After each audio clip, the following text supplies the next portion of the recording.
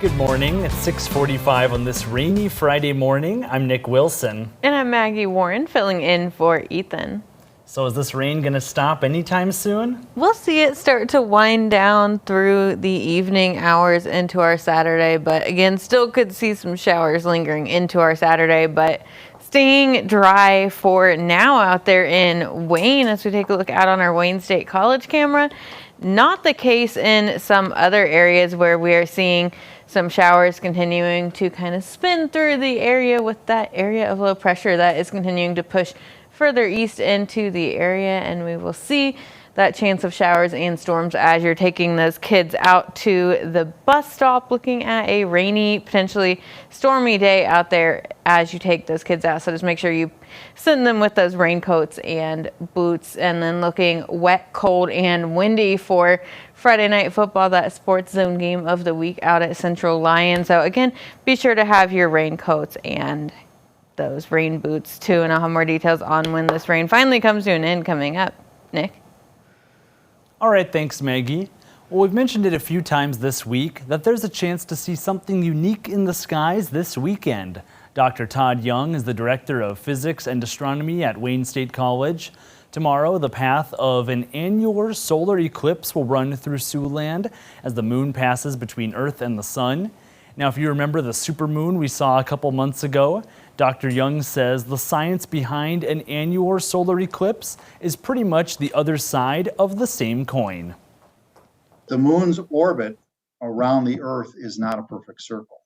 It is elliptical, which means that sometimes when the moon moves in between the Earth and the sun for a solar eclipse, it's too far away from the Earth to perfectly cover up the sun like what people imagine as a total solar eclipse. What's happening tomorrow won't be a total eclipse. Here in Siouxland, the moon will only cover about 60% of the sun at its peak. No matter where you watch the eclipse, at least some of the sun will be visible, and that means safety is important. The light coming from the sun, there's all kinds of other types of light coming from the sun as well, including UV. And UV light is what burns your skin, and it could still burn your retina. Because of that, Dr. Young recommends only looking straight at the eclipse if you have special glasses to protect your eyes. He adds, if you want to learn more about eclipses or astronomy in general, you can visit the Fred G. Dale Planetarium at Wayne State. We'll have an article on our website later this morning with more info. That's SiouxlandProud.com. And if you want to check out the eclipse here in Sioux City, the Sioux City Public Museum will host a watch party tomorrow from 10:30 a.m. to 1:30 p.m. at the Museum Plaza. They'll have safety glasses available, so if we get a gap in the clouds, you can have a safe look at the moon and the sun. And meanwhile, people here in Siouxland are learning the importance of refugees within our community. Every year, Lutheran Services in Iowa helps roughly 200 refugees settle in the Hawkeye State. Yesterday at the second annual Empower Sioux City Luncheon in South Sioux City, 3 refugees who have settled in the area shared what it was like for them to arrive in the U.S. many years ago. Staff with Lutheran Services said they hope that learning what it was like for refugees to come to Iowa will help attendees feel more empowered to discuss these topics with others. And meanwhile, we have an update on the crash that shut down both directions of traffic on a stretch of I-29 in Lincoln County, South Dakota Wednesday. Investigators say a 44-year-old man driving a pickup was heading north when he crossed the median into southbound traffic. He veered into a field before swerving back into the southbound lanes, and he hit a semi-truck. After the crash, authorities say the man got out of his pickup and moved toward northbound traffic, where he was struck by a semi and seriously injured. Police say if you're ever in an accident on the interstate, you should first make sure everyone in the vehicle is okay and call 911 if needed. If your vehicle is drivable, you should get off the road and stay in your car. Otherwise, only get out of the car if you can safely walk all the way to the fence line off the side of the interstate. Never walk into or across the median. And in lighter news, Halloween may still be a couple weeks away, but if the kiddos are impatient to break out their costumes, you can head to Sunrise Retirement Community here in Sioux City today. And that's because they're holding their second annual Trunk or Treat event this evening from 4:30 to 6:30. Besides hopping from trunk to trunk gathering treats, there'll also be chili and cinnamon rolls available for purchase and a bake sale, with all proceeds going to the Sunrise Foundation. And now it's time to meet today's stray of the day. And every day we share a pet picked up by Sioux City Animal Adoption and Rescue who's waiting to go home. These are Skeeter and Candy, two parakeets. Candy is the blue female. She was found flying loose on Blackstone Avenue, and Skeeter is the yellow male. He was abandoned by his previous owner, and the rescue says the two have quickly bonded and hopes they can find a home together. Candy and Skeeter are available for adoption now. If you've lost your pet, looking to adopt, or you'd like to sponsor a pet for adoption, you can visit the rescue's website at SiouxCityAnimalRescue.com. Pretty rare to see a couple birds like that flying around Siouxland. Yeah, really pretty birds too.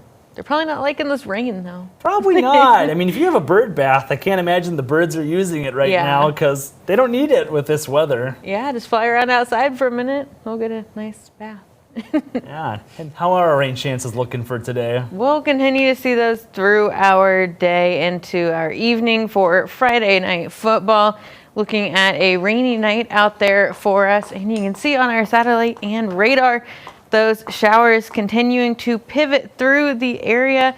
Continuing to see some thunderstorm activity too, some flashes of lightning, rumbles of thunder, nothing severe, but enough to bring down those visibilities between 2.5 and 3 miles in some areas, 1.6 there in Vermilion, down to 0.2 in Bloomfield.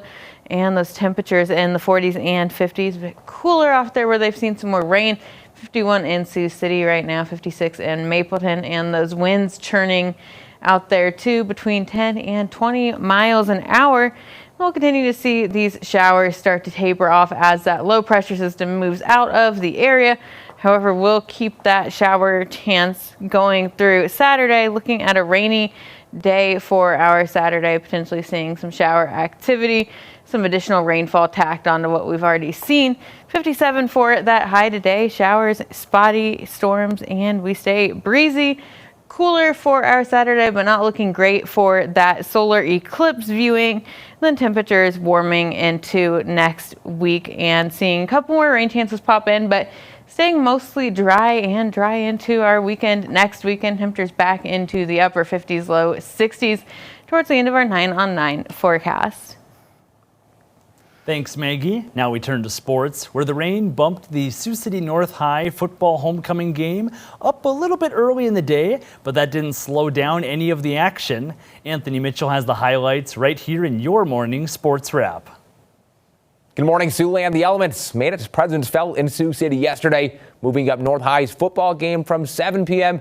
to 5 p.m. They hosted Council Bluffs Lincoln. Stars aiming for its third consecutive win against the Lynx. The rain coming down at Elwood Olson Stadium. Stars punting away on fourth down, slipping through the hands here of the visitors. North High pounces on it. Instant red zone possession for the home team. They'd quickly turn it into points. DeMarco Young taking the handoff. He gets tackled, but they say he crosses the plane for the TD. They'd score on the 2-point try as well to make it 8-0. Stars around midfield. Dayton Harrell gets the handoff. Look at him go. Camera a little foggy, but this one clearly a touchdown. Shedding his tackles on the way to the end zone. Sioux City North up 14-zip. Lynx trying to get something going on offense here. Etienne Higgins floated over to Cale Hansen.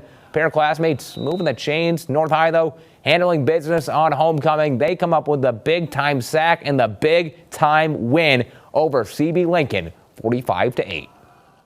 The Western Iowa Tech Comets athletic program off and running in its first season of operation, with Witt's men's basketball team like to make some noise in a competitive ICCAC. The Comets coming into the season with plenty of expectations, led by an intriguing mixture of talent, led by longtime Sioux City West High head coach Coco Cofield. The Comets feature players with Sioux City roots, including B.U. Ray, the former East High standout that transferred from Minnesota West back to Siouxland to play for the Comets. Witt kicked off its practices just a couple of weeks ago, putting in plenty of work while enjoying the early experiences. Also competing in a rigorous exhibition game schedule, which included going 3-0 at the ICCAC JUCO Jam on Sunday.